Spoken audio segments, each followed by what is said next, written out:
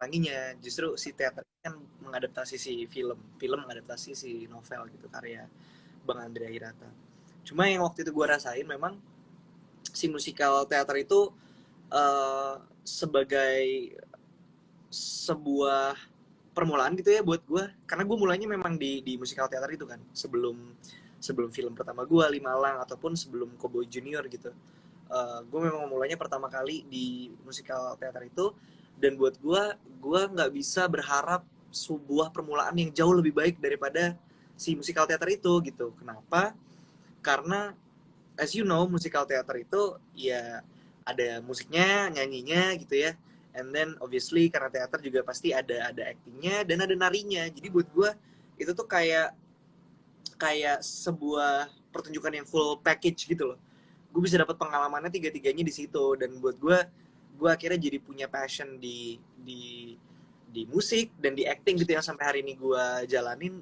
Ya pasti gara-gara si peran gue Trapani itu gitu. Jadi shout out buat Tante Mira sama Om Riri serta kreator musikal Laskar Pelangi lainnya yang di tahun itu bisa percaya sama apa yang gue punya gitu, ketika gue sempat ikut beberapa ajang pencarian bakat dan gak ada yang nerima gue, Mei. Iya, gue nggak diterima gitu, terus akhirnya diterima sama Om Riri dan Tante Mira beserta kreator yang lainnya. Jadi shout out buat para mentor-mentor gue di awal. Nah, dari teater musikal itu, berarti tadi kan kata lo dapat package ya, nyanyi, kemudian acting, terus nari. Nah, sebenarnya lu dari awal emang hobi nari atau enggak sih? Karena kan kalau Kobo Junior udah pasti nyanyi dong. Iya, yeah. Dulu tuh di Kobo Junior kayaknya awal-awal tuh sempet ada koreo gitu deh, seinget gue.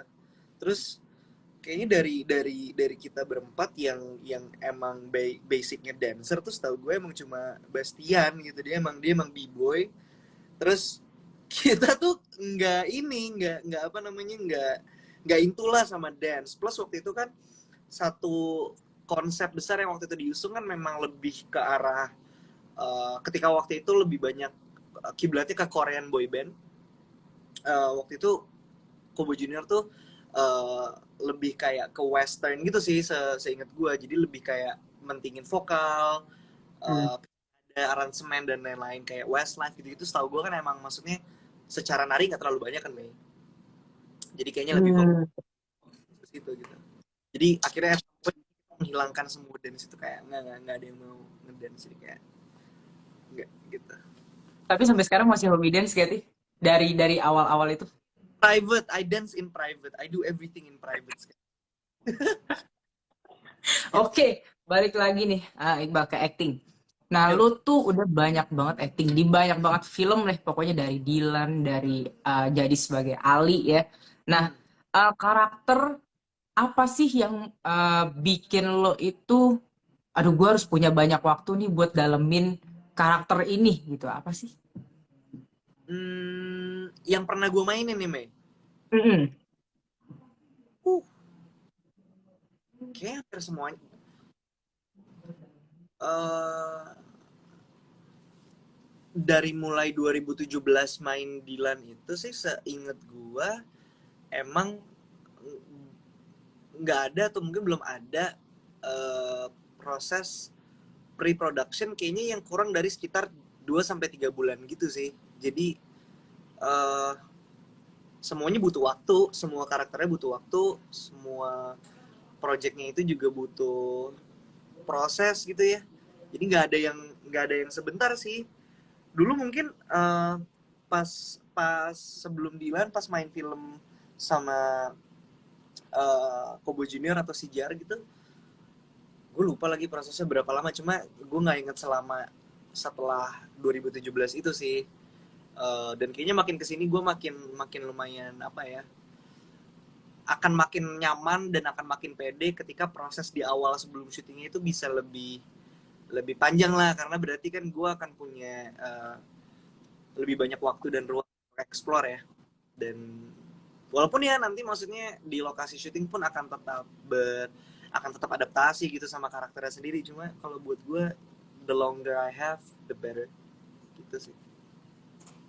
Berarti sebenarnya sebenarnya gue kagum nih sama lu Bang. Dari film-film lo yang lo mainin nih, lo bilang tadi nggak punya banyak waktu buat ngedalamin karakter, tapi lu oke banget di film itu. Kayak lu tuh that's me gitu loh. Jadi gue sampai cakep banget sih parah. Thank you, Karakter-karakter yang lu peranin itu gue suka banget sih. thank you, thank you. Nah, ada nggak sih karakter yang lu peranin selama ini nih yang Mhm. menunjukkan ini adalah diri gue. Jadi gue nggak perlu butuh waktu lama buat mendalami. Ini nih gue banget deh pokoknya. Nggak perlu Kalau belajar lagi, udah jadi diri lu banget pokoknya. ya ya, kalau yang ini gue banget sih nggak ada. Maksudnya kalau gue jadi diri gue sendiri ngapain acting? Atau gue ngambil karakter yang gue banget, menurut gue jadi ngapain gitu? Karena justru sesuatu yang gue enjoy dari acting adalah gue bisa masuk ke universe si karakter kan, gue bisa Mm. yang Iqbal nggak rasain dan lain-lain gitu. Cuma memang yang nggak bisa dipungkiri, mengutip salah satu bukan teori ya, apa pelajaran yang di apa namanya buku aktingnya almarhum Didi Petet gitu, di situ tuh ada tulisan bahwa maksudnya kita tuh pasti akan dalam berakting tuh pasti akan sedikit banyak menggunakan pengalaman pribadi gitu loh, pasti akan menggunakan salah satu apa namanya, correct me if I'm wrong, ini yang gue inget, salah satu value yang paling penting buat seorang aktor adalah mengumpulkan emosi dan memori gitu. Jadi semakin banyak lo punya experience hidup, semakin banyak perasaan yang lo punya, semakin banyak memori dalam kepala lo yang lo ingat. Si hal-hal itu tuh bisa jadi apa namanya, pengalaman pribadi itu tuh bisa jadi uh, pancingan lah gitu, Mei, buat buat ke karakter lo gitu. Misalnya lo butuh sesuatu yang lo butuh, si adegannya butuh sesuatu yang butuh lo sedih gitu, and then sebagai karakter pasti kan lo tahu konteksnya kenapa lo sedih kan, tapi mungkin untuk pancingannya lo bisa bisa inget waktu itu kayak gue sebagai Mei apa sih waktu itu bikin gue sedih gitu, memori apa yang waktu itu kayak wah bener-bener bikin gue sedih gitu. Jadi itu mungkin yang bisa akhirnya jadi pancingan untuk nantinya si emosinya itu ditransfer ke karakter yang lo mainin, supaya lo sedihnya tetap dalam konteks uh, kenapa si karakter itu bersedih gitu. Ngejawab nggak gue? Hmm, Atau ngejawab, ngejawab kok, ngejawab. Tenang, tenang. Nah, em, lo pernah dapat permintaan khusus dari sutradara atau produser di film tertentu nggak? Kayak misalnya nih, film Joker, Joaquin Phoenix, dia dari badan yang bagus banget nih bentuknya, dan dia harus tiba-tiba kurus gitu. hmm, Dan itu lo pernah dapetin nggak sih? waktu itu sempat ada di film Bumi Manusia. Jadi waktu di film Bumi Manusia gue diminta untuk justru menaikkan berat badan. Karena waktu itu gue kurus banget. Terus dalam sebulan atau 2 bulan waktu itu kayak intensive workout training gitu. Terus disuruh makan banyak sambil minum protein juga supaya justru untuk bulking gitu, Mei. Yang sebenarnya sampai hari ini akhirnya si garis-garis apa ototnya itu justru masih ada gara-gara proses apa namanya bulking waktu itu sih gitu, walaupun mungkin nggak se Hmm. apa namanya define dulu lah gitu, tapi itu salah satunya. Tapi gue pengen banget sih, maksudnya explore project atau karakter yang mengharuskan gitu ya untuk kayak I don't know, maksudnya melakukan perubahan perawakan juga ya, nggak cuma apa karakter doang gitu sih.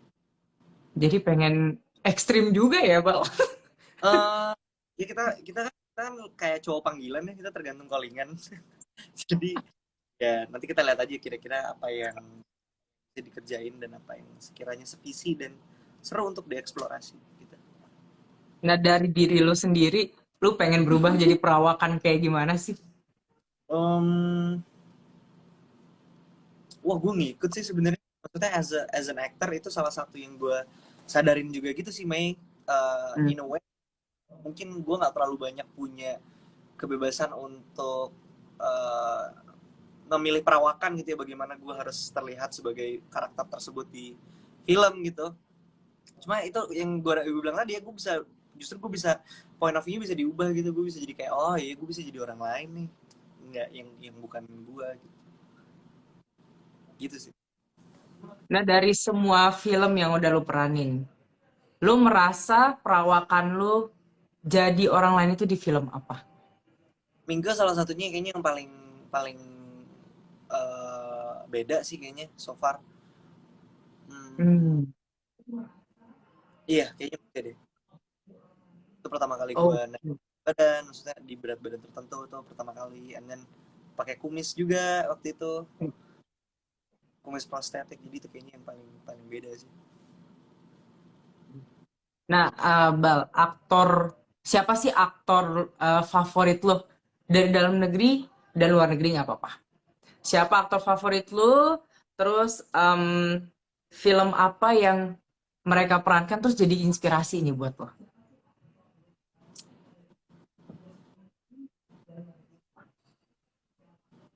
Top of mind aja yang lagi muncul di kepala gue. Gue suka banget Om Tio Pakusadewo.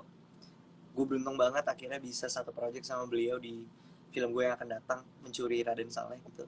Tapi gue suka banget performance beliau di Quickie Express. uh, gue lupa tapi nama karakternya siapa, atau malah mungkin nggak disebut ya, kayaknya ada deh Om siapa gitu. Tapi gue suka banget beliau di Quickie Express. Almarhum Rudy Wower juga gue suka banget di Quickie Express. Apa lagi, almarhum Didi Petet, Emon, Catatan Si Boy, 1 2 3 4 5. Wah,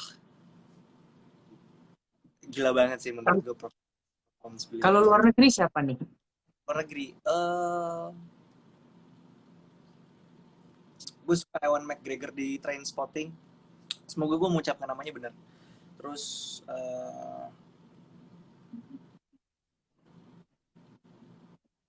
Brad Pitt suka. Hmm. Aduh, siapa tuh namanya? Edward Norton. Itu dia. Oh, Bang, nice, nice. Nah, terus Bal, ada Hmm. nasehat yang lu inget nggak dari aktor ataupun aktris senior selama lu main film nih? eh ada. Em, ada dua sih. Yang satu, jangan pernah takut untuk mencoba gitu. Ketika kamu ada di umur segini, justru ini adalah umur dimana kamu tuh bisa eh, mencoba untuk melakukan banyak hal, dan nggak apa-apa kalau gagal, dia bilang kayak gitu. Jadi jangan jangan takut lah untuk kayak mencoba karakter, coba project apa segala macam. Terus ada waktu itu, ini sebenarnya bukan nasihat sih, tapi lebih kayak waktu itu lagi tukar pikiran gitu ya. Terus gue menyampaikan kalau iya gue lumayan apa namanya, project gue tuh dalam setahun nggak banyak, gue bilang gitu, karena kan gue kuliah, jadi jadwalnya juga nggak apa namanya, nggak banyak dalam setahun bisa syuting. Gue bisa syuting tuh pas gue lagi libur kuliah aja gitu. Terus jadi mau akhirnya gue jadi milih film, karena ya gue dalam setahun cuma bisa sekali syuting obviously, jadi gue mesti milih dong apa yang sekiranya emang gue pengen banget syuting atau menjadi bagian dari project tersebut gitu. Terus justru waktu itu responnya dari si lawan bicara ini justru kayak ya udah nikmatin aja, nanti juga akan jadi kebutuhan, nanti kalau udah jadi kebutuhan lo akan main semua film gitu.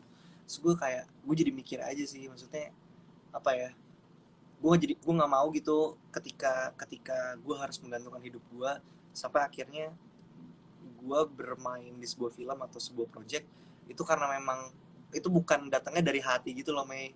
Bukan karena Hmm. memang sesuatu yang pengen sampaikan, atau mungkin sesuatu yang emang apa ya, secara visi juga ikut serta dalam uh, mensukseskan industri film di Indonesia gitu. Maksudnya adalah goals-goals besar, value-value yang buat gue kayaknya ini deh value yang bikin gue tuh selalu senang ada di industri ini. Ini value yang selalu bikin gue senang untuk terus main film, terus ketemu sama orang baru gitu. Nah gue nggak pengen si value-value ini tuh harus hilang karena gue butuh untuk main di film-film ini gitu. Karena gue menggantungkan hidup gue, makanya akhirnya gue langsung kayak, oh berarti mungkin gue harus punya sesuatu di luar film ataupun musik yang bisa menunjang hidup gue, sehingga gue nggak akan mengorbankan karya-karya gue demi kebutuhan gue gitu. Jadi kayaknya Oke. bukan nasihat ya, maksudnya obrolan, cuma akhirnya bikin gue berpikir aja sih kayak oh iya iya berarti gue harus punya sesuatu nih. Oke, ngomong-ngomong soal syuting dan jadwal kuliah. Hmm, Dan sekarang lu masih kuliah di Monash University Australia ya. betul. Oke. Nah, kalau lu sendiri Bal, lu kuliah pernah di Amerika, kemudian sekarang di Australia. Lu lebih suka tinggalnya atau kuliahnya di Amerika atau di Aussie? Dan itu kenapa? Kalau kalau tinggalnya di Australia karena secara secara apa ya, cuaca, secara kultur, secara vibes lah overall gitu, itu jauh lebih aman, jauh lebih nyaman, jauh lebih friendly dan jauh lebih menyenangkan daripada Amerika gitu. Cuma kalau dari secara um, apa namanya, sistem pendidikan gitu ya atau edukasi, kayaknya nggak bisa bohong kalau US waktu itu emang apa ya, top notch lah gitu. Terus satu yang gue sadarin waktu gue tinggal di Amerika tuh adalah uh, lu tahu sesuatu tuh lebih cepat daripada orang-orang yang lain. Jadi ketika gue tahu sesuatu nih, sesuatu yang terjadi, nanti 2 hari kemudian, 3 hari kemudian, itu baru nanti beritanya jadi gede gitu loh. Baru kayak dibahas sama media di negara mana gitu. Jadi gue ngerasain banget kayak dapetin first hand informationnya itu sih. Hmm. Di sana gitu. Oke. Nah, film terbaru lo bakal rilis nih tanggal 25. Mencuri Raden Saleh. Yes. Gila, udah main film lagi aja. Nah, lu kalau nggak salah lu sebagai Piko ya Ya, di film ini ya. Oke. Nah, boleh ceritain sedikit nggak sih Bal, karakter Piko itu seperti apa di film ini? dia ini seorang mahasiswa seni rupa yang punya pekerjaan sampingan sebagai the forger atau pemalsu lukisan. Um, dan di sini bersama sahabatnya Ucup diperanin sama Angga Yunanda, yang karakternya adalah seorang hacker gitu ya, penjual barang-barang di black market. Mereka berdua akhirnya mengumpulkan anggota komplotan si 4 orang lainnya, totalnya menjadi 6, untuk jadi komplotan Raden Saleh untuk mencuri si lukisan Raden Saleh ini gitu. Akhirnya kenapa mereka harus mencuri, nah itu nanti yang teman-teman harus tonton sendiri di bioskop tanggal 25 Agustus. Nah, menurut lu sendiri karakter Piko itu gimana dengan elunya nih? eh yang pasti dia pekerja keras, dia mungkin bisa dibilang sebatang kara gitu ya. Ibunya udah nggak ada, bapaknya juga ada di penjara, jadi dia harus menghidupi dirinya sendiri, harus bayar kuliah sendiri dengan pekerjaan sampingannya. um, jadi dia kerja keras gitu buat itu. Juga seorang anak yang mungkin karena dark kali ya, maksudnya masa kecilnya, jadi dia punya empati yang gede, dia punya simpati yang gede terhadap sekitar. Dia orang yang loyal sama sahabatnya, sama temannya gitu, karena dia ngerasa kalau keluarga itu adalah, lu nggak bisa milih, lu nggak bisa milih ibu lo, kakak lo, adik lo, bapak lo nggak bisa milih, tapi sahabat itu adalah keluarga yang lo bisa pilih gitu. Itu yang Piko percayain. Jadi dia sangat Hmm. friendshipnya dia itu, persahabatan itu sama Ucup dan juga teman-teman lainnya gitu. Inspiring sih kalau buat gue si karakter ini. Iya benar, inspiring banget. Ya memang kita nggak bisa memilih ya, soalnya ya lahir di keluarga mana. Tapi kita bisa milih circle friendship kita itu maunya yang kayak gimana sih buat kitanya gitu ya. Ya. Benar, benar, benar. Nah kemudian tadi lu bilang juga kalau Piko ini adalah mahasiswa seni rupa. Nah lu sendiri sebenarnya punya background melukis nggak Bang? Gak lagi Seni rupa sama gitu. ya, gue justru sama sekali nggak ada background melukis ataupun tentang dunia seni rupa sih. Gue lumayan jauh ya. Uh, Cuma kayaknya itu deh justru keseruannya ya, ya gue bisa jadi tahu tentang dunia seni lukis ya justru lewat si film ini gitu, lewat Pencurian dan Salib. Nah terus proses proses lu buat kreatif lah untuk melukis di film ini tuh kayak gimana sih? Gimana proses belajar lu?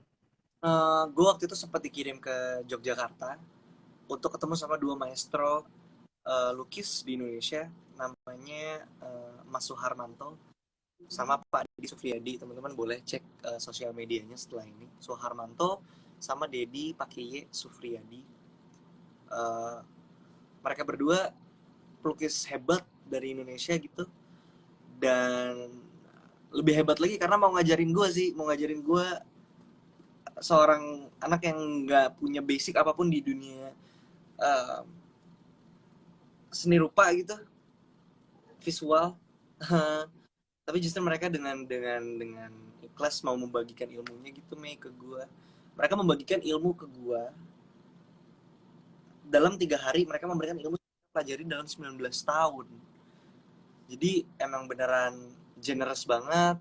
Mereka banyak berbagi ilmu, dan melihat mereka ngelukis aja itu buat gue apa ya, itu jadi ingatan lah buat gue untuk nanti bisa akhirnya diterapin gitu di Piko, bagaimana seorang seorang pelukis melukis, lalu bagaimana mereka hidup sehari-hari kayak gitu.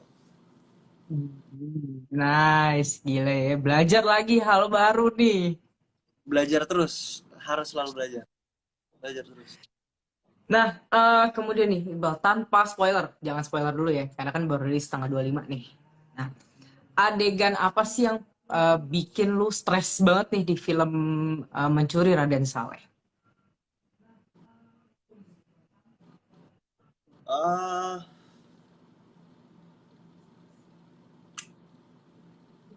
Ya satu film bikin gue stres deh.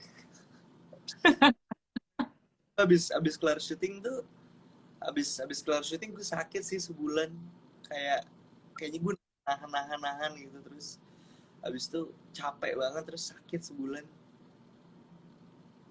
uh, Adegan apa ya, mungkin lebih banyak ke adegan action sequence gitu kali ya, Mei, kayak adegan uh, truk misalnya, adegan-adegan kebut-kebutan pakai truk lalu nabrakin um, mobil pakai truk gitu di terowongan SCBD. Itu kayak salah satu yang paling challenging sih, yang paling bikin gue deg-deg gitu. Karena Iya. orang biasa um, kecelakaan dihindarin kan, nah kalau ini justru harus dihadepin gitu, malah lu harus kayak orang yang membuat si kecelakaan itu tersebut, jadi kayak nabrak nabrak gitu loh, malah kayak mesti harus nabrak, bukan dari ditabrak. Mana pakai truk lagi ya, gede Iya. banget tuh. Oke, nah kemudian dari adegan itu yang bikin lu stressful. Gimana sih Angga Sasongko mungkin sama pemain-pemain yang lainnya bantu lu buat menghadapi stres itu? um, Tim Mencuri dan Salah itu kemarin menurut gue suportif banget. Gue bersyukur bisa ketemu dan berbagi uh, keseruan ya sama 5 anak-anak lainnya. Itu semua anak-anak setan, by the way.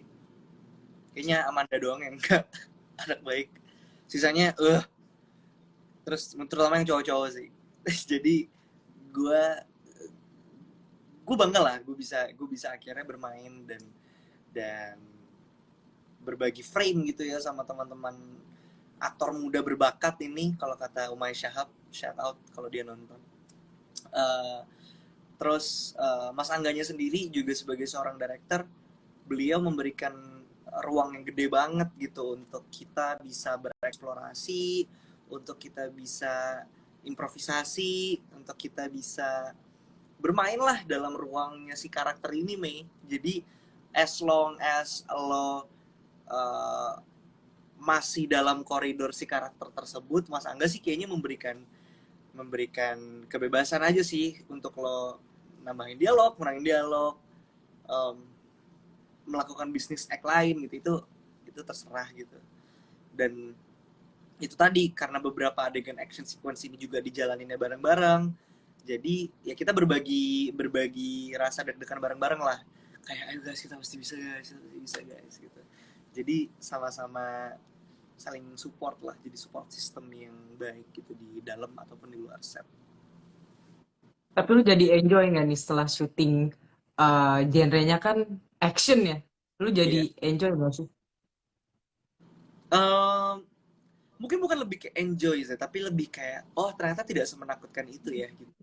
Kan selama ini mungkin kalau kalau buat gua gitu kayak ngeliat film action kayak wah syutingnya gimana ya, wah capek banget gak ya, wah apa gitu. Oh capek bangetnya sih iya, tapi ternyata seru gitu ketika lo nemuin apa namanya selahnya dalam tanda kutip gitu ya untuk menemukan keseruannya, itu jadi seru sih akhirnya. Hmm. Jadi kayak oh Iya ayo deh. sih. Iya wajar sih ya, kayaknya lu bakal mikir kayak gitu juga karena ya Jackie Chan aja dia berapa matahin dan ngeretakin tulang dia main film action ya nggak sih? Nah Jackie Chan oke. other level sih kalau Jackie Chan sih. Jadi gila sih. Oke. Eh, lukisan yang ada di film itu, lukisannya Raden Saleh itu judulnya Penangkapan Pangeran Diponegoro, ya kan? Nah, Ya. selain lukisan Penangkapan Pangeran Diponegoro itu nih, karya Raden Saleh, menurut tuh lukisan-lukisan mana lagi karya Raden Saleh menurut tuh keren? Uh, ada tuh satu, gue lupa judulnya tepatnya apa, antara banteng atau kayaknya ada atau berburu banteng atau itu berburu macan ya. Ini mesti dikoreksi ya, gue lupa. Tapi itu salah satu lukisan Indonesia termahal yang pernah laku di bursa lelang Prancis. Banteng kalau nggak salah judulnya, mesti dicek nih teman-teman. Ini jangan diambil matang-matang ya, mesti dicek lagi. Kalau nggak salah judulnya Banteng nih. Itu waktu itu salah satu yang gue juga suka. Lakunya 150 miliar di lelang Wow. Prancis. 150 miliar buat lukisan itu kayak, dan itu lukis kayaknya itu 1900-an awal deh. Tahu nggak ya? I don't know. Itu gue mesti ngecek lagi. Kita mesti ngecek lagi. Tapi maksudnya lukisan di tahun itu untuk di tahun 2020-an laku 150 miliar itu buat gue kayak Nah, filosofinya menurut lu apa tuh dari lukisan banteng yang lu bilang tadi? eh jujur gue nggak tahu kalau yang di lukisan Banteng, gue nggak ngulik di lukisan itu. Eh, Mungkin yang gue lebih tahu kalau ngomongin filosofis gitu ya, lebih di yang penangkapan di Penegoro itu sih Pak, penangkapan pangeran di Penegoro. Jadi setahu gue memang si lukisan itu lukisan yang nanti akan ada di film nih teman-teman. Lukisan itu tuh sebenarnya sebuah bentuk perlawanan dari Raden Saleh sendiri. Jadi lukisan itu tuh justru sebenarnya pernah dibikin sama Belanda. Eh, di lukisan itu tapi ceritanya eh, si Pangeran Diponegoro seakan-akan tuh kayak menyerahkan diri gitu.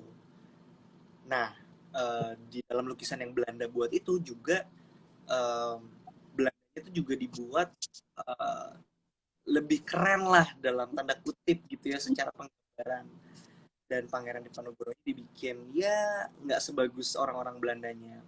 Sedangkan menurut Saleh peristiwa yang sebenarnya terjadi di saat itu bahwa Pangeran Diponegoro itu ditangkap, bahwa bukan menyakiti seperti apa yang diklaim sama Belanda pada zaman itu.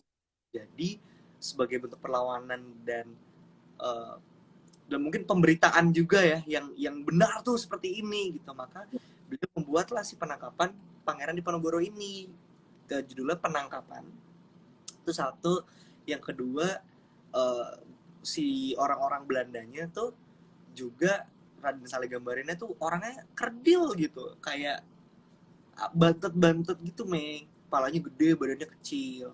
Nah si Raden Salehnya si Pangeran Diponegoronya justru digambarinnya tuh uh, apa tegak gitu kayak super gagah lah bahasanya.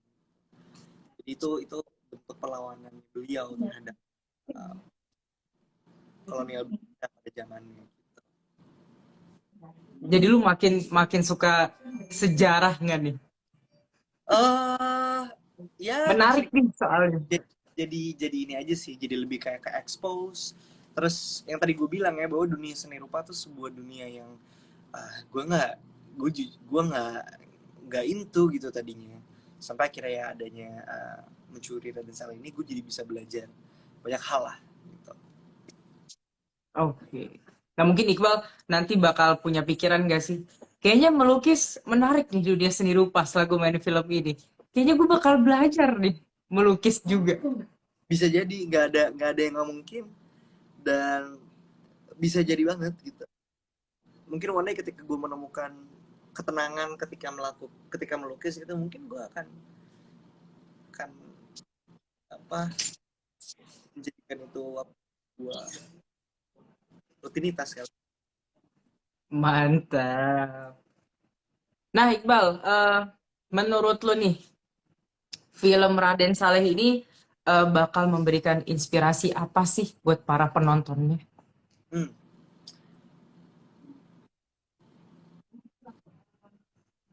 Sebenarnya salah satu yang menjadi alasan gue kenapa akhirnya ngambil gitu ya, karena jujur gue waktu sebelum ditawarin untuk ikut project Pencurian Raden Saleh ini, Mei,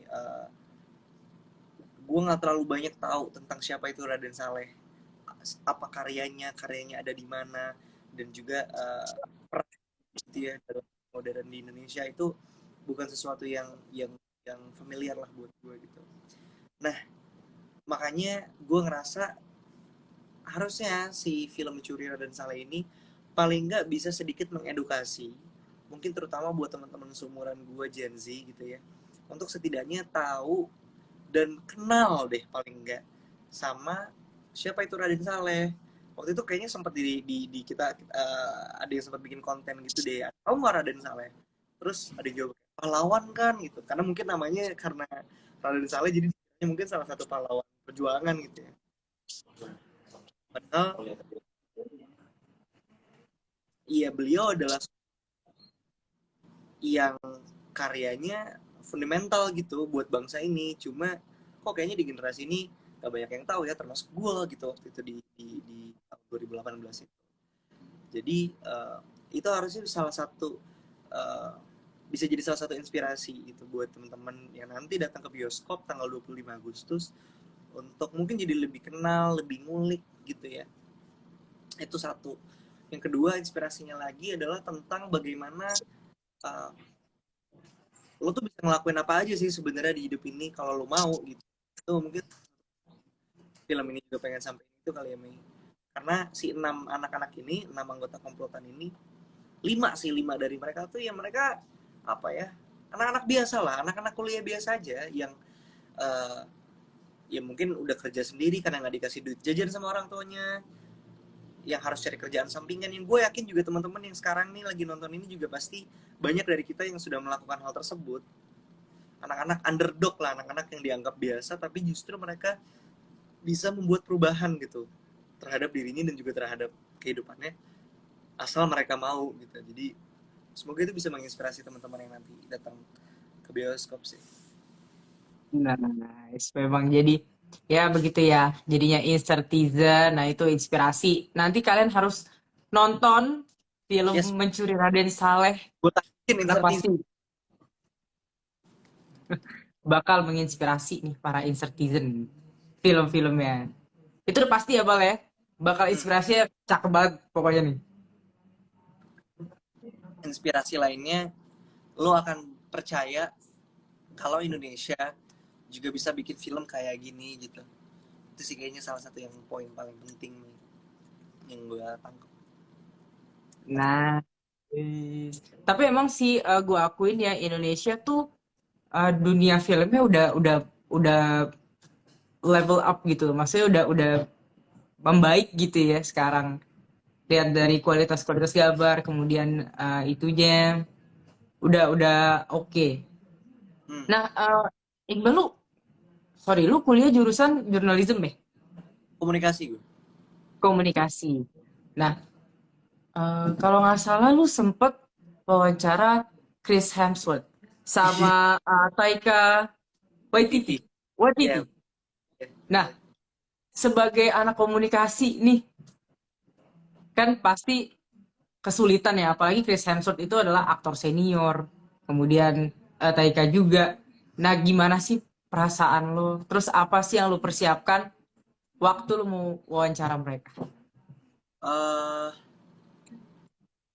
Ya selayaknya mau wawancara aktor besar lah ya gitu, deg-degan tuh pasti, nervous banget, pengen langsung pulang aja nggak jadi interview juga ada. Justru perasaan-perasaan itu tuh udah gue antisipasi sih. Gue tahu kalau kayak gue tahu kalau itu akan terjadi ketika gue akan berhadapan dengan orang-orang ini gitu. Jadi persiapan yang gue lakuin waktu itu lumayan lumayan ya banyak lah. Gue nontonin film-film si Thor dan juga film-film di universe itu juga gitu ya. Gue tontonin semuanya, bikin points tentang pertanyaan apa yang muncul. Terus waktu itu sebenarnya sempat dikasih ini, Mei, sempat dikasih kayak question list gitu, guide gitu. Cuma menurut gue waktu itu pas gue baca guide-nya, pertanyaannya tuh kayak pertanyaan media ke aktor. Sedangkan sadar betul kalau gue ini bukan seorang jurnalis, gue bukan mewakili media manapun, dan ya gue datang sebagai gue aja, sebagai aktor dari Indonesia. Dan gue langsung kayak, oh, waktu itu diskusi sama manajer gue, Budinda, kenapa nggak berbicaranya dan memberikan pertanyaan itu as if aktor ke aktor, filmmaker ke filmmaker gitu. Jadi approach-nya emang bukan kayak bukan kayak media nanya ke aktor gitu loh. Emang kayak kan yang gue sebutin juga kalau nggak salah di interview gue, kayak gue aktor dari Indonesia, gue punya pertanyaan nih tentang tentang lo dan karakter Thor lo gitu-gitu. Itu sih yang bikin bikin apa ya, buat gue waktu itu akhirnya jadi jauh lebih menyenangkan, karena gue nggak ada ekspektasi kayak, oh gue harus ngejawab pertanyaan, gue harus bertanya sebagai media, atau gue harus bertanya untuk memuaskan sebuah brand atau fans gitu ya. Ya gue jadi gue aja, gue nanya gitu. Itu sih yang Berarti waktu lu wawancara Chris Hemsworth sama Taika Waititi itu sekalian minta wejangan deh. Wejangan, bahkan gue jadi aktor selanjutnya nih. ya sempet gue kalau kalau waktu itu kan waktu itu cepet banget nih ya, bener-bener kayak gitu. Jadi ya gue langsung to the point aja waktu itu langsung. Tapi seorang Chris Hemsworth dan Taika Waititi waktu itu dari jawaban-jawaban mereka tuh kasih lo inspirasi banget ya sih buat modal buat main film lo ke depannya. um, in a way, sebenarnya pertanyaan gue nggak ada yang kayak menjurus atau kayak terselubung gitu ya, dalam tanda kutip, kayak gue sebenarnya minta inspirasi nih dalam dalam bentuk pertanyaan personal gitu. Uh, jadi kalau emang inspirasi secara langsung dari jawabannya sebenarnya nggak ada. Cuma gue suka aja sih semangat sama kejujuran mereka untuk bikin di ini. Mereka jujur, tadinya memang dikiranya enggak, ternyata mau ada keempat. Mereka jujur kalau iya kita kehabisan ide, kita nggak tahu mau bikin apa. Terus si Chris juga jujur, tadinya di film Thor dia yang awal-awal dia berusaha untuk jadi orang lain, terus ternyata makin kesini dia makin bisa menjadi Thor sendiri tanpa mengikuti ekspektasi orang-orang. Juga Taika jujur ketika fans ingin ada perubahan terhadap si franchise-nya, justru ketika fans pengennya franchise-nya gitu-gitu aja, tapi justru disitulah dia malah membuat perubahan karena pengen nantang fansnya supaya tumbuh berkembang bersama karakternya. Justru kejujuran itu sih subtle inspiration lah buat gue untuk kayak, oh yang penting lu mau kelasnya indie, lu mau kelasnya di negara mana, lu mau dari Indonesia ataupun bahkan Hollywood sekalipun, jujurnya itu apa ya, akan selalu gue pegang gitu. Nice. Berarti memang harus, ya memang begitulah ya. Kita memang manusia terus jujur. Iya, iya, iya. Oke, sebagai aktor terkenal nih, Iqbal. Udah terkenal banget deh, pokoknya lu mah paling top chair banget pokoknya Iqbal. Nah, sebagai aktor terkenal, lu banyak banget dapat pemberitaan. Nah, Hmm. pernah nggak sih lu dapat pemberitaan yang paling konyol atau hoax? Apa tuh?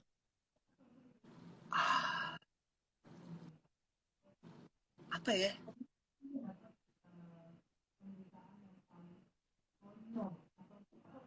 Duh, bingung lagi. Hmm, gue pernah, ntar dulu ya, coba gue lihat. Gue pernah diberitain meninggal ya. Waduh. Itu siapa ya?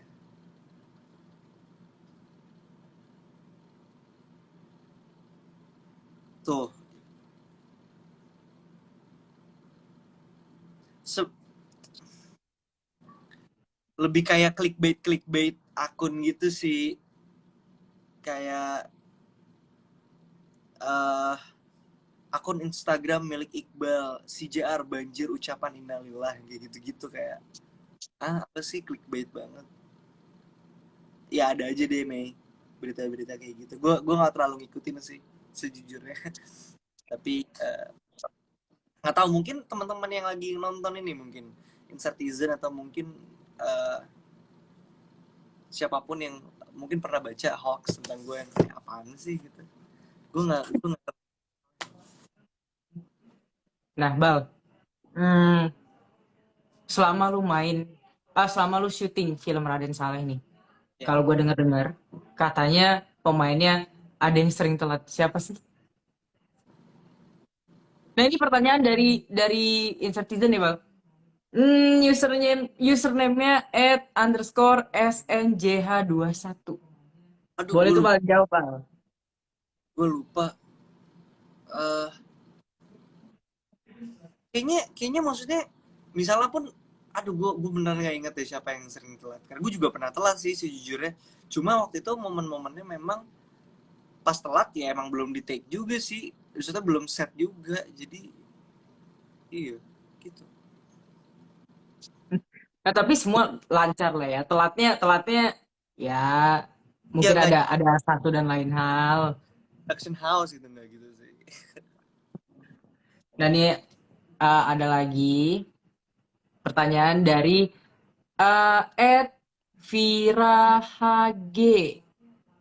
Ada nih, ini tentang, nah gini nih, Bal, katanya, kriteria cewek versi kamu, suka pendiam atau yang cerewet? Gue suka yang cewek deh pokoknya diem kayak Kenapa? lah deh. Nah, biasanya bukannya kalau misalnya yang cerewet itu cocoknya yang sama yang pendiam, biasa kan gitu kan. Bisa bisa lawan 180 derajat deh dari karakter kita. Masa sih Lu percaya emang gak sih, Bal? Sama kayak gitu-gitu, Bal? pasangan lo kayak gitu nih sih gitu Gue gak punya pasangan, Bal. lah banget lo sih gitu. Waduh. Nah, Bal, ini ada pertanyaan lagi. Waduh, Iqbal. Ada pertanyaan nih, Bal. Kalau misalnya time travel itu nyata Oke. dan lu bisa balik nih ke masa lalu nih, lu bisa balik ke masa lalu. Yang pengen lu temuin itu siapa sih dan kenapa? uh kayaknya kedua almarhum kakek gue deh soalnya dua-duanya tuh pas mereka meninggal gue deket sama dua-duanya gue deket banget sama dua almarhum kakek gue terus pas dua-duanya meninggal tuh gue nggak ada di Indonesia dua-duanya banget nggak ada di sini buat kayak uh, ngelihat di rumah duka terus waktu pemakamannya juga terus itu kayak sempet gue masih kecil sih dua-duanya pas meninggal jadi sempat ada perasaan kayak sedih banget pengen banget apa gitu nah, makin kesini kayak ya makin ikhlas lah ya cuma kalau tadi pertanyaannya kayak gitu itu sih yang muncul langsung gitu ada Ada pesan mungkin yang belum lu sampein ya. Tapi lu masih kecil katanya tadi waktu kakek lu meninggal. ya makanya sebenarnya bukan lebih pesan sih kayak namanya umur kan maksudnya nggak ada yang tahu lah ya cuma maksud gue if only I knew gitu loh maksudnya kayak pasti pengen melakukan sesuatu lah buat mereka ya, Oh, oke. tapi lu gak akan pernah tahu juga sih jadi ya Nah, Mbak, lu punya pesan khusus nggak sih buat Incertizen nih, Incertizen dengerin ya baik-baiknya, ada pesan nggak dari Iqbal nih? Um, Yang mau nonton Raden Saleh, pesan khususnya apa? Ya pesan gue nggak muluk-muluk, pesan gue nggak aneh-aneh buat semua citizen dan siapapun kamu yang lagi nonton live ini dimanapun kamu berada, di posisi apapun kamu sedang bentuknya sekarang ini, jangan lupa nonton film Mencuri Raden Saleh mulai tanggal 25 Agustus 2022 di bioskop seluruh Indonesia. Please, please, please jangan nonton bajakan. Please jangan nonton bajakan, datang ke bioskop dan tonton filmnya langsung di sana. Nah, Incertizen, jangan nonton bajakan. Pokoknya kita harus nonton Iqbal di bioskop kesayangan-kesayangan kalian. Tanggal 25 Agustus ya, boleh? Ya, 25 Agustus di Oke. bioskop. Nah, oke. Terakhir Iqbal, gue Yuk, mau ngucapin makasih banyak nih buat lo yang udah meluangkan waktu lo. Padahal baru banget sampai rumah tadi kata lo ya. yuk. Makasih banyak udah mau ngobrol sama sama gue, sama Incertizen juga. Nah, semoga lo enjoy nih ngobrol sama kita. Jadi kapan-kapan kalau misalnya kita mau ngobrol lagi, boleh banget ya, Bal ya? Aman, aman, aman. Pokoknya gue Oke, tunggu Mei lo di bioskop, teman-teman Incertizen, whoever you are, siapapun lo, kita ketemu di bioskop. oke. Thank you, Iqbal. Good luck di film baru lo ya. Gue tunggu Thank you, tanggal 25 gue bakal nonton Mencuri Raden Saleh. Lihat lo, sih. Mantap. thank you, Mei. Appreciate it, thank you. Oke, Citizen. Iqbalnya mau istirahat dulu nih kayaknya ya. Kita baru sampai rumah. Capek banget nih kayaknya. Oke, bye-bye. Bye. Citizen. Terima kasih Iqbal. Terima kasih Thank you, thank you. Citizen semua yang udah nonton live ini bareng Iqbal.